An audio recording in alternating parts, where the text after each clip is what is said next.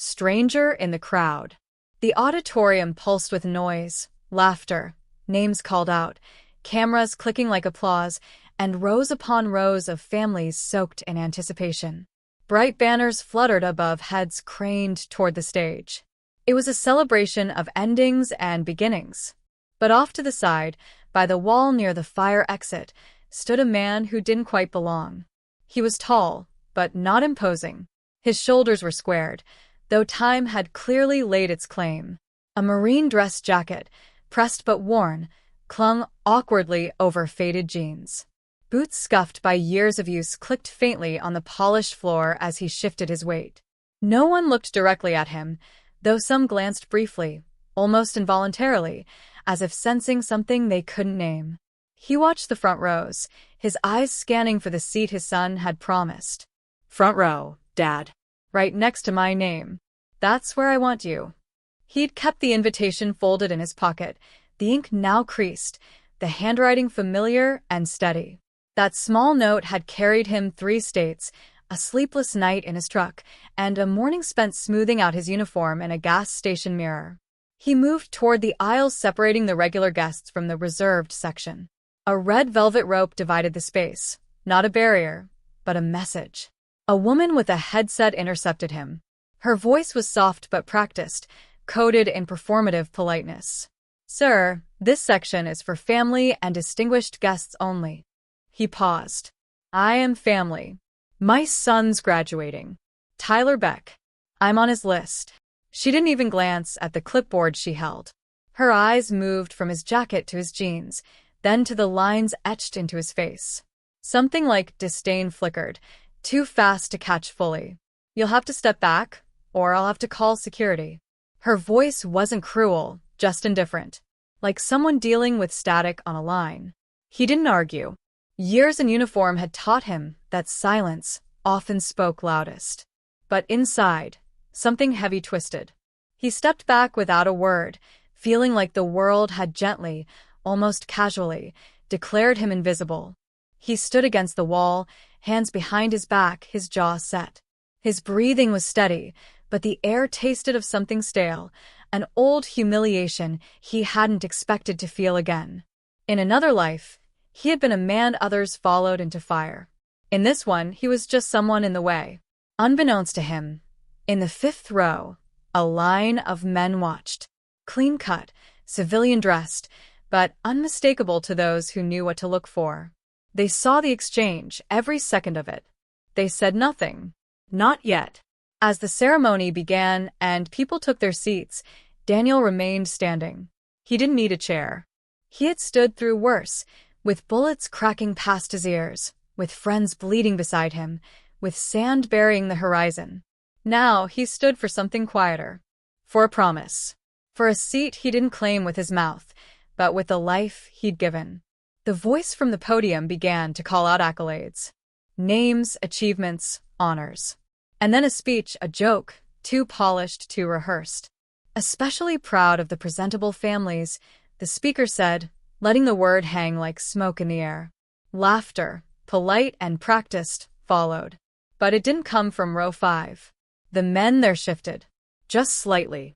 Daniel didn't flinch. His expression didn't even flicker. But the insult, veiled as it was, landed hard. Not because it hurt him, but because he knew his son might have heard it too. Then a guard approached him. Clipboard in hand, voice low and courteous. "Sir, we've had a few concerns. Would you mind stepping outside while we verify your credentials?" He could have protested, could have raised his voice. But that wasn't who he was. His dignity was quieter, deeper, the kind that could be mistaken for surrender by people who had never been tested. "I'm not moving until I see my son cross that stage," he said calmly. "Please, sir." The guard's eyes weren't cruel either. Just detached. Protocol over person. Policy over presence. Daniel exhaled slowly. "All right." He turned toward the exit. That's when it happened. One chair scraped back in row 5. Then another. And another. 6 men stood. Without a word. Their eyes locked not on Daniel, but on the guard. No threats. No raised voices. Just presence, solid, unmistakable. The tallest among them stepped into the aisle and held up a small object. A Navy SEAL trident, gleaming under the auditorium lights. Then another man did the same. And another. 6 in total. Silent, immovable. And everything changed. A father, and the letter kept close to his heart. He didn't carry much with him anymore. Time had taught him what truly mattered, and the weight of medals or souvenirs meant little compared to the contents of a folded piece of paper tucked into the inside pocket of his jacket. That jacket, an old marine dress blue, threadbare at the cuffs, buttons dulled by time, wasn't worn for show. It was worn because it was the only piece of clothing he owned that still made him feel whole. Inside that pocket was a letter. The edges were soft now, folded and refolded too many times. It wasn't long, just a few lines written in the square. Honest handwriting of a son who'd grown into a man without ever needing to say much. Dad, I want you in the front row. You've always been there, even when no one saw it. I want to see your face when I cross that stage. He had read it too many times to count, but it still caught him in the throat every time. It wasn't just ink on paper. It was everything he had hoped to be, distilled into a single sentence from the boy he raised alone after his wife passed away in a quiet hospital room years ago. Tyler had been just 12 then. Quiet, serious, already leaning into silence the way his father had. Daniel never tried to fill the house with noise. He filled it with presence instead, making breakfast before dawn, driving his son to school in silence broken only by the occasional question about homework or girls or life. The kind of fatherhood you don't find in books. The kind built on showing up, staying steady, and holding your ground without applause. He never told Tyler about the things he saw. About the sandstorms in Fallujah or the blood-soaked mud in Kandahar. About the bodies he carried. The brothers he buried. About the night he held a 19-year-old's hand and whispered him through his last breath. Those stories weren't for the living. But he told Tyler other things. That you keep your word. That you take care of people even when they don't say, thank you. That a real man doesn't need to be noticed to make a difference. And every Sunday, without fail, when Tyler called, Daniel answered with 3 words he'd never heard from his own father. Proud of you. Those words were his tradition, his quiet ritual. They cost nothing, but each one was loaded with everything he'd fought for. And Tyler heard them, even when the distance between them stretched across states, cities, or years. The night before the ceremony, Daniel had parked his truck in the college parking lot, reclined the seat, and stared at the ceiling. He could have found a hotel, but he didn't need one. He was used to less. He didn't care about comfort. He cared about being there. At dawn, he had unfolded the letter once again, smoothed the creases, and placed it back near his chest, close enough that he could feel it through the fabric. The words felt like armor, better than the Kevlar he used to wear. They reminded him why he had come. When he stepped into the auditorium, he was prepared for anything, except indifference. The woman's dismissal didn't cut deep because she didn't know him. It cut deep because, in that moment, she didn't care to. And maybe that was the hardest part, realizing that after all he'd endured, all he'd sacrificed, a clipboard and a headset now had more authority than the life he'd built with discipline and pain. But even as the guard approached, even as whispers rippled through the room like wind through dry grass, he didn't let go of that letter. He could feel its shape through the jacket lining, and it steadied him more than any speech or recognition ever could. Because that piece of paper wasn't about validation. It wasn't about proof. It was about connection, a bridge between father and son, spanning years of sacrifice, silence, and Sunday phone calls. It was the only invitation he needed. And so, as he took one step back under the weight of the world's assumption, he did not feel small. He felt seen by one person who mattered. And that was enough. Until 6 others stood. The ones who would not stay silent. Silence has weight. It gathers in corners, behind clipped words and polite dismissals, behind the rustle of programs and the distant echo of names read from a stage. Daniel knew that silence well. He had lived beneath it for years, in deserts where voices died on the wind, in ceremonies where empty chairs honored friends who'd never come home, in cities where the uniform he wore once drew respect, and now, barely a glance. He stood alone near the side wall, beneath the sterile wash of auditorium lights, hands folded behind his back. His posture hadn't changed. Still upright. Still resolute. But something inside him shifted when the security guard approached. Not anger, not defiance, but an old, familiar ache. The kind that settles deep in the ribs, where breath used to come easy. He knew the protocol. Knew the rules. He nodded. He turned. He began to walk. And then, a sound. Small, sharp, almost nothing at all. The scrape of a chair leg against the polished floor. Then another. Then another. A strange music of movement. The kind that pulls the breath out of a room before anyone understands why. In the fifth row, 6 men stood. Not loudly. Not dramatically. Just with the calm, surgical precision of those who had trained to move as one. Their clothes were civilian button-downs, pressed slacks, but there was no mistaking the way they stood. Shoulders back, arms steady at their sides, eyes locked. Something ancient passed between them. Not words. Recognition. One stepped into the aisle. Tall. Broad-shouldered. His face unreadable, but his presence undeniable. As he approached Daniel and the guard, he reached into his pocket and lifted a small, gleaming object, a Navy SEAL trident, dull from years of wear but unmistakable in its authority. No ceremony. No introduction. Just a symbol placed into the air like a verdict. Then another man followed. Then a third. Until all 6 stood shoulder to shoulder, their badges in hand, their message crystal clear. That man does not leave. The statement didn't shout. It didn't need to. It rang through the room like a bell, pure, unmoving, final. The crowd turned. Conversations hushed. Somewhere in the back, a child stopped fidgeting. A woman lowered her phone. The guard's hand fell slowly away from Daniel's arm. His eyes flicked from badge to face, then to the man they were protecting. He took a step back, not out of fear, but reverence. Daniel didn't speak. He didn't have to. His life, his silence, his presence, they had spoken for him. But what cracked the stillness, what shifted the moment from quiet resistance to something unforgettable, was not just those 6 men, it was what they represented. Not comrades in arms. Brothers who remembered. Men who had seen Daniel stand when no one else could. Men who had followed him through hell and back. Men who refused to let the world forget him now. The room began to change. Parents who had looked away were now watching. Students leaned forward in their seats.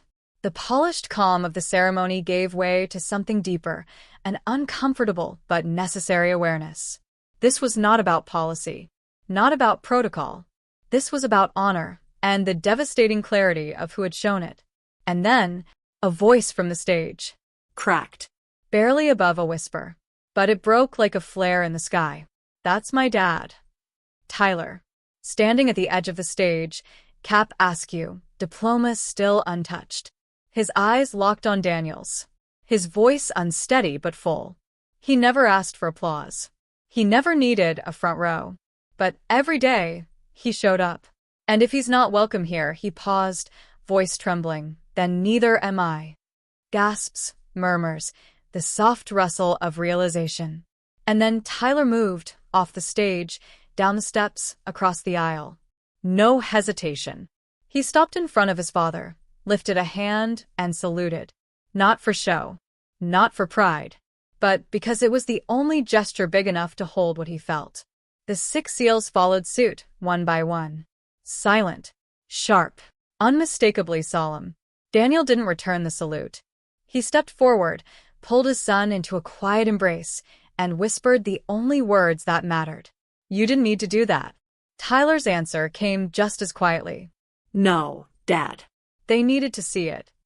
In that moment, the silence was no longer heavy.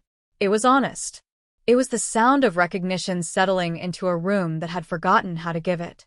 And the ones who once stood alone no longer did. When a son finds his voice, there are moments in life that defy preparation, when time slows, when the heart strains against the chest, and when words, long buried beneath fear or pride or silence, finally claw their way to the surface. Tyler had never imagined this would be one of those moments. Not on a stage. Not with so many eyes watching. Not with his father, his complicated, quiet, ever-present father, standing only feet away, flanked by men whose loyalty carried the gravity of war. The auditorium had stilled after his salute. His classmates, his teachers, the strangers in crisp suits, all were waiting. But not for the next name to be called. They were waiting for him. For something. His knees trembled as he stepped back toward the microphone he had abandoned. The voice in his head screamed for retreat. But another voice, one far older, deeper, quieter, rose up from somewhere near his spine. It wasn't loud. It was firm. It sounded almost like his father. So Tyler spoke. "My name is Tyler Jameson, and I wasn't supposed to say anything today." A soft wave of nervous laughter swept the room, but Tyler didn't smile. "I thought I didn't need to. I thought my diploma would be enough. But there's something about watching your father almost get escorted out of your graduation that changes what you think is important." A pause. The kind that trembles with the weight of what's coming next. "You don't know my dad." "Not really. Most of you saw a man in old clothes, sitting off to the side. Maybe you wondered why he was alone. Maybe you thought he didn't belong. But let me tell you something. That man has always been there for me. Every practice.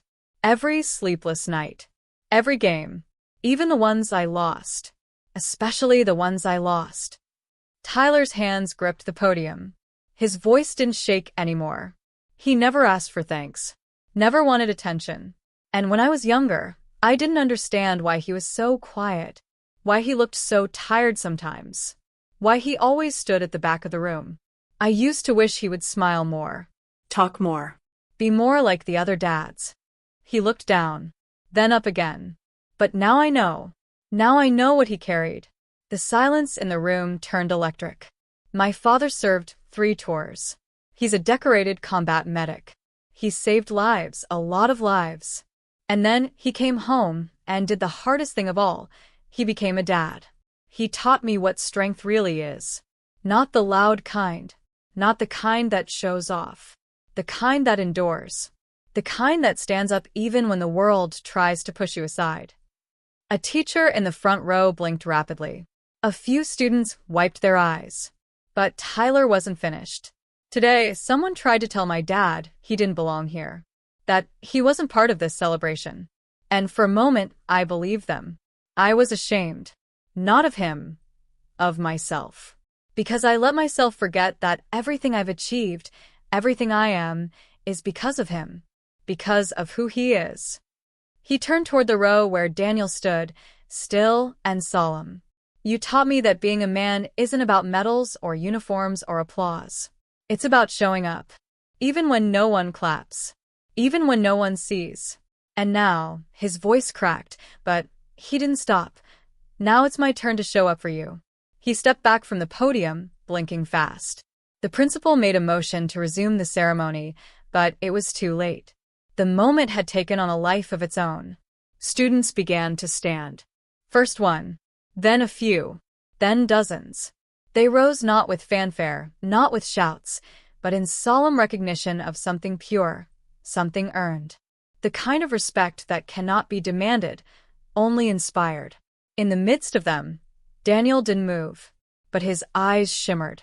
And when Tyler came down from the stage and wrapped his arms around him, Daniel did something he hadn't done in years. He let himself cry. Not from pain. Not from regret. But from something deeper. Something like grace.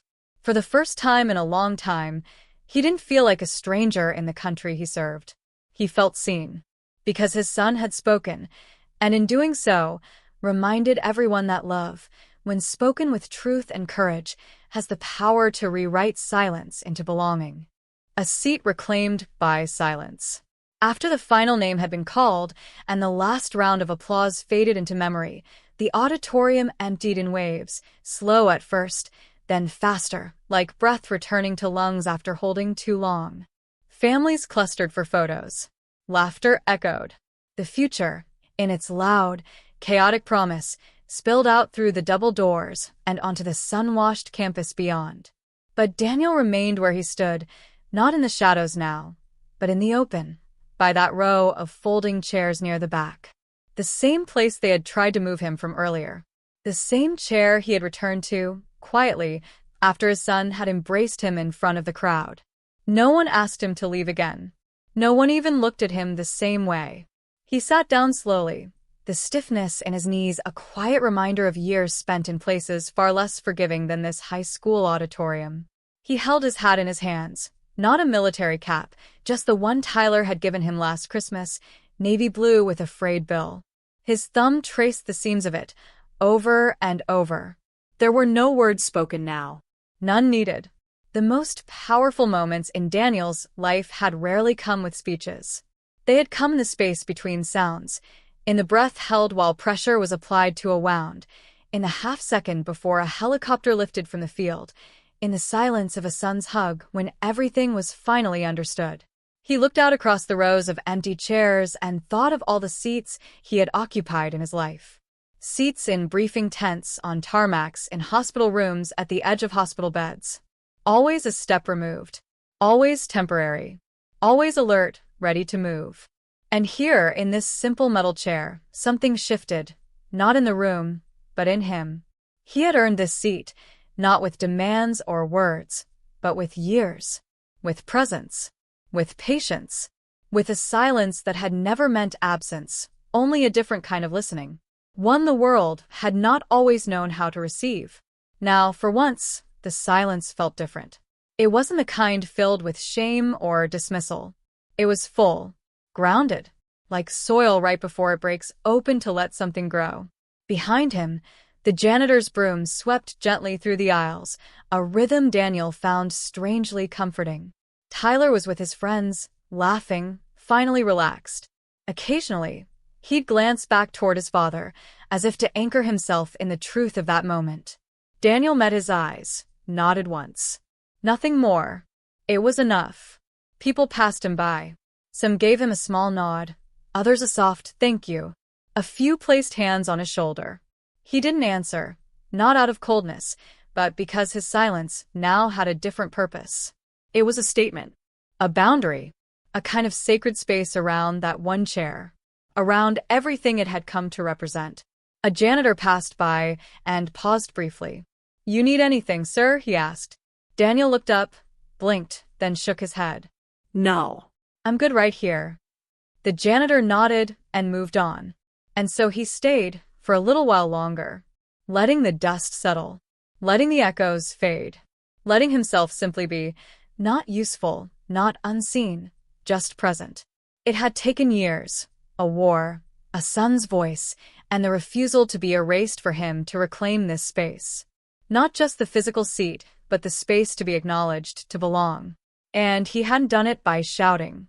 He had done it by standing still, by showing up, by waiting long enough for the world to finally turn around and see him. In the end, it wasn't a medal or a uniform that secured him that place. It was the quiet, the kind that holds stories too heavy for sound, the kind that, once honored, speaks louder than anything else.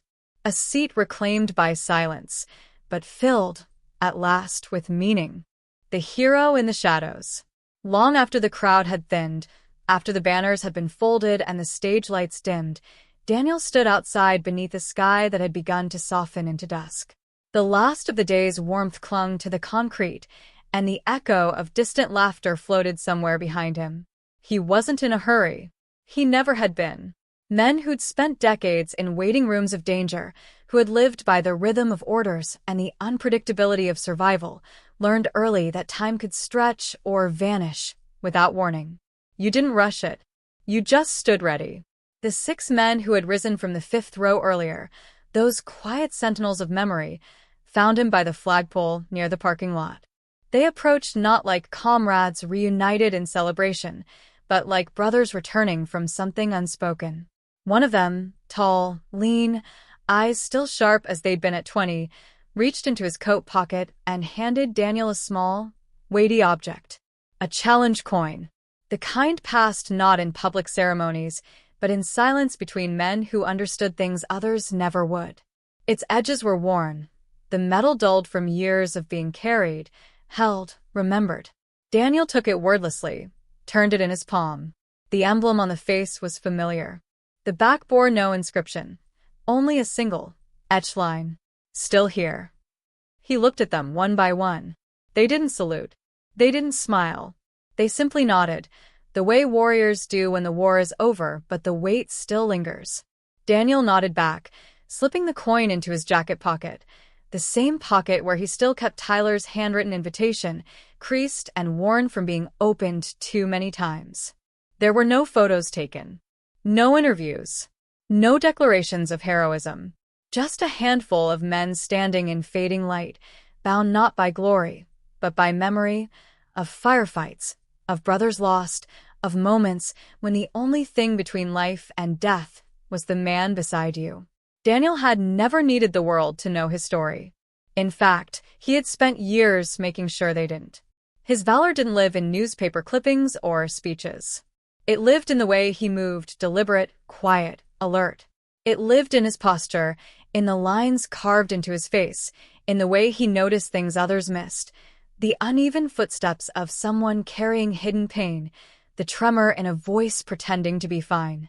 He had been the calm during panic, the steady hand in chaos, the man who didn't look for the light, because he had become it for others when the dark came in. He had carried bodies, spoken final words for those who never got to say them themselves. He had written letters he never sent and visited families who would never understand the full weight of what he'd seen. And yet, through it all, he had remained mostly invisible, a silhouette in the background of history's larger moments. Until today. Today, the light had finally bent toward him, just for a moment. Not because he asked it to, because someone else, his son, had pulled it toward him with the force of love and truth. That moment on stage had stripped away decades of silence. And still, Daniel hadn't asked for more. He hadn't claimed the microphone. He hadn't corrected or confronted. He had just stood there, and in that stillness, the truth had finally spoken loud enough for everyone to hear. Now, in the quiet outside, under the slow drift of evening stars, he stood again, just as he always had. Not for applause. Not for recognition. Just in case someone needed him. Tyler approached not long after, his gown slung over one arm, the other hand clutching 2 cups of coffee, burnt, campus machine kind.